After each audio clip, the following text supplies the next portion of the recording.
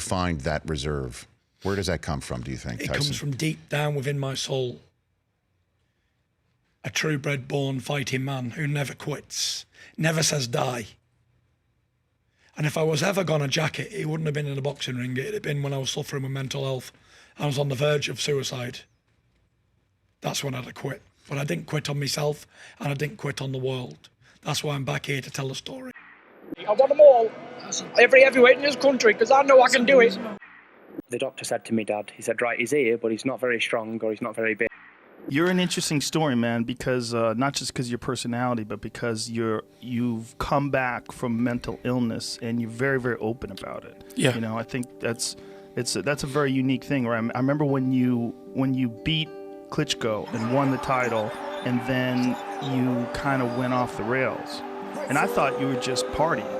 You know, when I had heard about it, I thought, well, guy made a shitload of money, became the heavyweight champion, all the pressure in the press and all the craziness. But it was more than that. It was more than that. It started off like I'd suffered with mental health problems my whole life, but I didn't know what it was because I never had no education on the matter. And it wasn't until after the Klitschko fight, a very massive high, then I had to have a even worse low, lowest low that anyone could ever have. I'd wake up and I think, why did I wake up this morning? This is coming from a man who had everything: money, fame, glory, titles, a wife, a family, kids, everything. But I felt as if I had nothing. I felt there was an empty, gaping hole that was just filled with gloom and doom, and it just was one bad thing happened to me after another. You know, life's hard. Nothing's ever going to hit you as hard as life will. And anyone who suffers with mental health problems, it is a silent killer.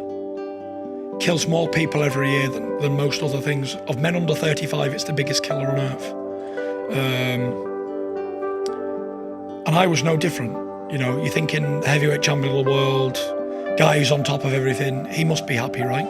But then I wasn't. There wasn't a day that I woke up that I didn't pray for death. You know, I had everything to be happy for, but every day was grey and dark. And my problem was, I come from a big, hard, tough family who no one communicates and no one shows weakness. If you show type of weakness, it means you're a weak person where I come from. So I was stuck between all of that bravado and family, peer pressure and everything. Didn't know what to do. So I just didn't tell anybody about it. Until one day I exploded and I couldn't continue anymore. And I had to seek help immediately. And I do think that the most important thing with anyone who suffers with mental health is communication. Without communication with others, we're not going to get better. But I do promise anybody who's listening, anybody who's suffering, that it will get better. And there is going to be sunshine days once again.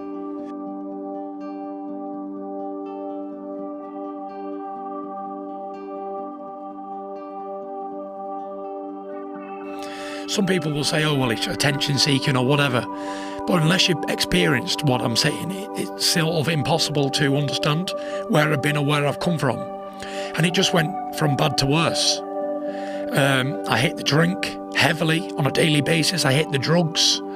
I was out all night partying with women of the night and not coming home. And, you know, I didn't care about boxing. I didn't care about living. I just wanted to die. And I was going to have a good time doing it while I was doing it. I used to drink and take drugs to get away from the depression, because when I was drunk or high, then I wouldn't think about being depressed. I thought about I'm a boxing champion, or I feel great. But as we know, when the drink wears off, it only leaves you with a bad hangover and feeling even more depressed. For someone who suffers with mental health, the worst thing we can do to escape it is take drugs or alcohol.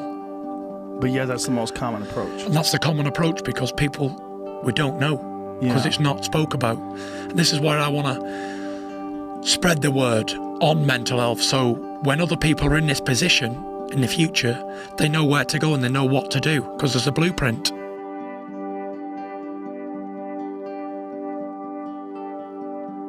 After only 2 years ago, being on the verge of suicide and being as low as any man can go, to being on the biggest stage in the world with the world watching, if that ain't a miracle and a turnaround and a true show that anybody can come back from anything, then I don't know what is.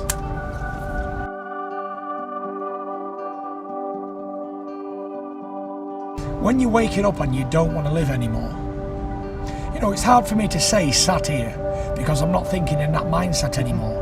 But there was a number of years where I did not want to live on a daily basis. I said to God, why have you let me wake up this morning? Why didn't I die in my sleep? And I had no real reason. There wasn't one thing that made this happen. This is a continuous journey for years and years and years of depression and anxiety.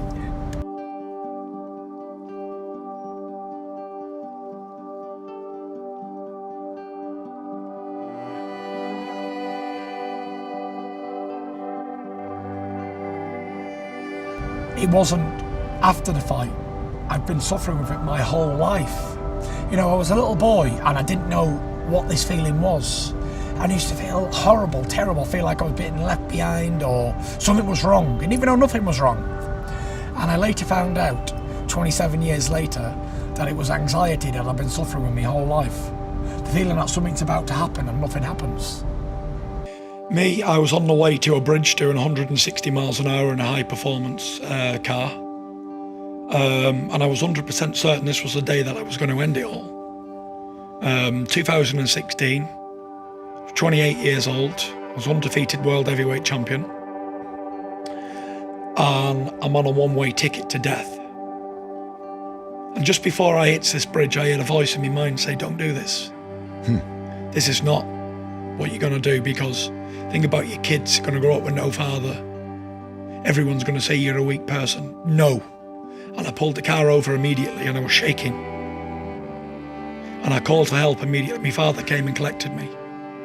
And I said, listen, this is what's going on. I need help immediately. I can't do it on my own.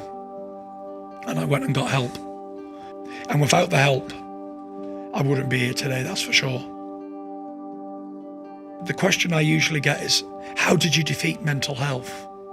And I stand up and smile and I say, look, mental health, you never can beat it, ever. There's no victory over mental health. I liken mental health to a famous song that the Eagles wrote, Hotel California, and there's a famous verse in there. And it says, you can check out any time you want, but you can never leave. You can never leave, right? And that is what mental health is about. You can check out anytime you want. You can get better again, but it will never leave you, ever. You just got to learn to maintain and manage what we're suffering with.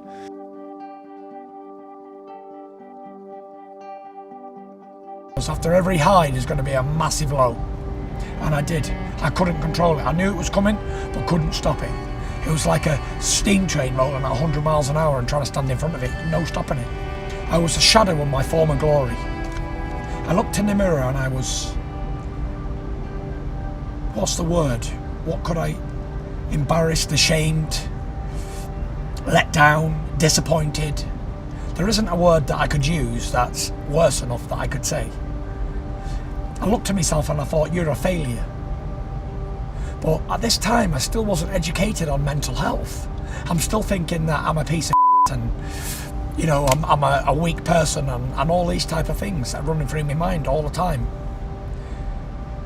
And it was only when I saw doctors and professional help, people who specialise in these problems, that I was coming to grips with what I was suffering with. And it is a disease. It's a disease like no other, because no one can see it.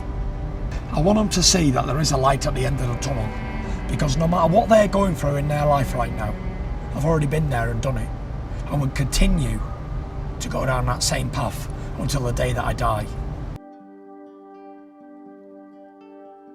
Best thing I have in my life is love. From whom?